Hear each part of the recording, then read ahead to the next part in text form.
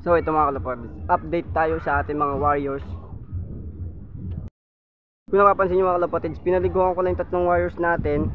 Apat yan mga kalapatids, laglag kahapon sa pauwian natin ng Aganda, Quezon. Aganda, Quezon yung bitaw na itong isang to, yung green yung singsing. And mga kalapatids, yung green singsing, yan yung patulog sa truck yan, itong black checkered na to. Ito yung pinatulog natin sa truck na kasama ni Baliling.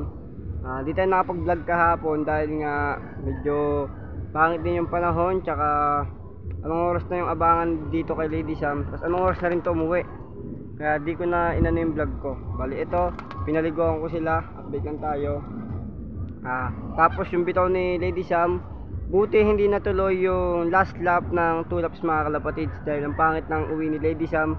Sa 600 na lang speed niya, pero talo tayo ng palaro mga kalapatids. Pero okay lang yun, ang sabi ko nga kapon, umuwi lang si Lady Sam, okay na ako para may pang last lap pa. Bali ngayong condition na naman ng mga ibon. Ito yung kasama niya, ito mga kalapatids, yung may pula yung pakpak, yung violet yung singsing, tapos ito yung green. Ito yung green na to, kesyo na yung bitaw na ito. Yun mga kalapatids, update lang tayo. Tapos ito yung mga warriors natin na YB. Ayun mga kalapatids, ayan yung tatlong YB natin mga kalapatids. So yun yung anak ni Lady Sam, si Aswang, tapos si Brown, yung anak ni Brown na si 0044 NDR, tapos si anak ni Kunat Line.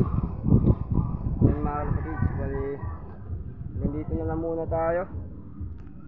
Peace out, Merry Christmas and Happy New Year.